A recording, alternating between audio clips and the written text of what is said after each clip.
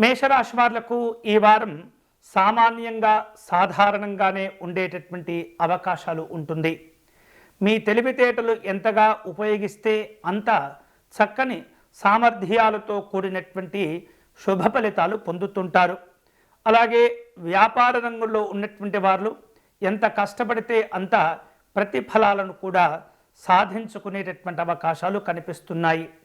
కళారంగంలో ఉన్నటువంటి వాళ్లకు మంచి గుర్తింపు గౌరవాలు ఏర్పడుతుంటాయి. నూతన అవకాశాల కోసం ప్రయత్నం చేసేటటువంటి వారందరికీ కూడా ఈ వారం సద్వినియోగం అయ్యేటటువంటి పరిస్థితులు కనిపిస్తున్నాయి. ఇష్టమైనటువంటి పనులు చేపట్టి పూర్తి చేస్తుంటారు. షేర్లు పెట్టుబడుల రంగాల్లో ఉన్నటువంటి వారు అన్ని రకాల జాగ్రత్తలు తీసుకుంటూ ఉండాలి. క్రీడా సంబంధమైనటువంటి అంశాల్లో ఆయా రంగాల్లో ఉన్నటువంటి వ్యక్తులకు క్రీడాకారులకు ఈ వారం మంచి అవకాశాలు కూడా కలిసి వస్తుంటాయి.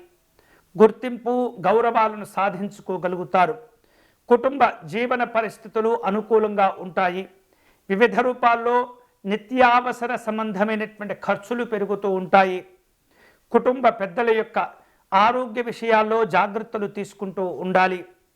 దగ్గరి బంధువులు ఆహ్వానించినటువంటి మేరకు పలు రకాల శుభ కార్యక్రమాల్లో కూడా పాల్గొంటుంటారు. వ్యాపార కార్యక్రమాలు ఒప్పందాల విషయంలో జాగ్రత్తగా ఉంటుండాలి.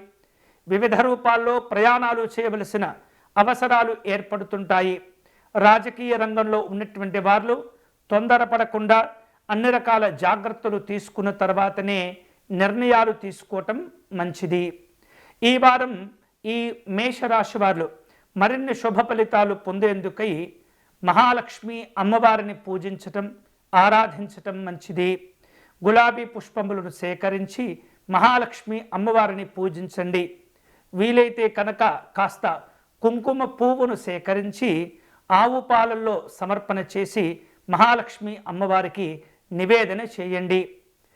అలాగే సాయంకాలం ఇంట్లో దీపారాధన సమర్పణ చేసి మహాలక్ష్మి అమ్మవారికి నమస్కారం చేసుకుంటూ ఉంటే కనుక నెమ్మదిగా ఆర్థికపరమైనటువంటి ఇబ్బందులు తొలగించుకునేందుకు వివిధ రూపాల్లో అవకాశాలు కలిసి వస్తాయి.